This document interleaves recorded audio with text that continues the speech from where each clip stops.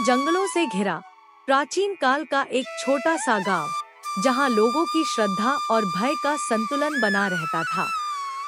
गांव के बुजुर्गों की मान्यता थी कि इस जंगल में एक यक्षिणी वास करती है। वह एक ऐसी दिव्य और रहस्यमयी स्त्री थी जो रात के अंधकार में प्रकट होती और इच्छित व्यक्ति को वरदान या श्राप देने की शक्ति रखती। गांव के युवा राजा विक्रम को इस यक्षिणी की कहानियों में विशेष रुचि थी। उसने अपने दादा परदादा से सुना था कि यह यक्षिणी केवल उन्हीं को दर्शन देती थी जो उसकी शर्तों को पूरा करते थे। किंतु उसकी शर्तें क्या थी, यह कोई नहीं जानता था। एक दिन राजा विक्रम ने अपने मंत्री से कहा, बलराम जी, सुना है कि जंगल में एक यक्षिणी रहती है। जंगल में हमारे राज्य के लोग जाने से डरते हैं, जिसके कारण राज्य में भय पैदा हो रहा है। मेरी इच्छा है कि जंगल में जाकर यक्षिणी से मिलूं। आप क्या कहते हैं? महाराज, सुना तो मैंने भी है, मगर मैं आपको क्या कहूँ। आप एक काम करें, हमारे राज्य की सीमा पर एक साधु है जो वहाँ तपस्या कर रहा है।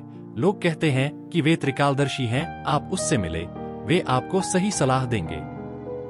महाराज विक्रम अगले दिन साधु से मिलने चल देते हैं। गुफा के बाहर जाकर सोचते हैं, यही जगह है जो मंत्री जी ने बताई है। चलो अंदर चलकर देखते हैं। अंदर जाते हैं तो देखते हैं एक साधु वहाँ बैठा होता है। वे साधु के पास बैठ जाते हैं तो साधु उनसे कहता है, महाराज, कैसे आना हुआ? आप बताएं, मैं आपकी क्या मदद कर सकता हूँ? ऋषिवर, मुझे यक्षिणी के बारे में जानना है। राज्य के लोग जंगल में जाने से डरते हैं। मैं उस यक्षिणी से मिलना चाहता हूँ। कृपा करके मुझे उसके बारे में बताएं। महाराज, यक्षिणी एक खतरनाक स्त्री है जो जंगल की रक्षा करती है, मगर वे किसी का नुकसान नहीं करती। हाँ, अगर उसे कोई छेड़ता है तो वो उसे दंड जरूर देती है। यक्षिणी केवल उन्हीं को दर्शन देती है जिनके मन में न तो कोई छल हो न कोई भय। किंतु याद रखना, यदि कोई उसकी शक्ति को अपने स्वार्थ के लिए प्रयोग करने का प्रयास करेगा तो वो उसका अंत निश्चित कर देगी। राजा जंगल की ओर निकल जाता है। जंगल में पहुंचकर वे देखता है एक सुंदर स्त्री एक पेड़ के नीचे खड़ी है। वे कुछ सोच ही रहा होता है।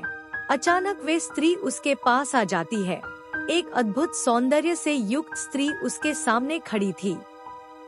उसकी आंखों में एक रहस्यमयी चमक थी और उसके वस्त्र स्वर्ण की तरह दमक रहे थे। राजा उससे कहता है, कौन हो तुम और इतनी रात को इस जंगल में क्या कर रही हो? यक्षिणी ने मुस्कुराते हुए कहा, राजकुमार विक्रम, तुम्हारी जिज्ञासा तुम्हें यहाँ तक ले आई है। मैं जानती हूँ कि तुम मुझसे मिलना चाहते थे। मैं तुम्हारी इच्छा पूरी कर सकती हूँ, लेकिन पहले तुम्हें मेरी एक परीक्षा देनी होगी। विक्रम ने साहसपूर्वक कहा, मैं हर परीक्षा के लिए तैयार हूँ। यक्षिणी ने 3 बीज के दाने दिए और कहा, इन 3 दानों को अपने गांव के किसी भी स्थान पर रोप दो। यदि सूर्योदय से पहले इनसे वृक्ष उगाए तो मैं तुम्हारी 3 इच्छाएं पूरी करूंगी। किंतु यदि तुम असफल हुए तो तुम्हें अपनी सबसे प्रिय वस्तु का बलिदान देना होगा। विक्रम ने चुनौती स्वीकार कर ली और गांव लौट आया।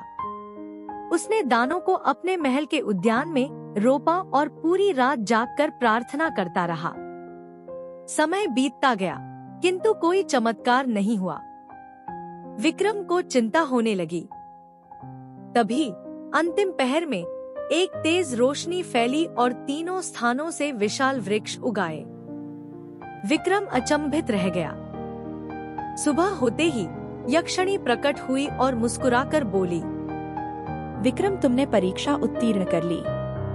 अब अपनी 3 इच्छाएं मांगो। विक्रम ने कहा, पहली इच्छा, मेरे गांव की रक्षा सदा होती रहे। दूसरी, मेरे राज्य में सभी को सुख शांति मिले। और तीसरी, मुझे जीवन भर सत्य और धर्म के मार्ग पर चलने की शक्ति मिले। यक्षिणी ने प्रसन्न होकर आशीर्वाद दिया। तुमने स्वार्थी इच्छाएं नहीं मांगी, इसलिए तुम्हें ये वरदान प्राप्त होंगे। इसके पश्चात यक्षिणी अंतर्धान हो गई। गांव समृद्ध होने लगा, लोग सुखी रहने लगे और विक्रम एक न्यायप्रिय राजा बना।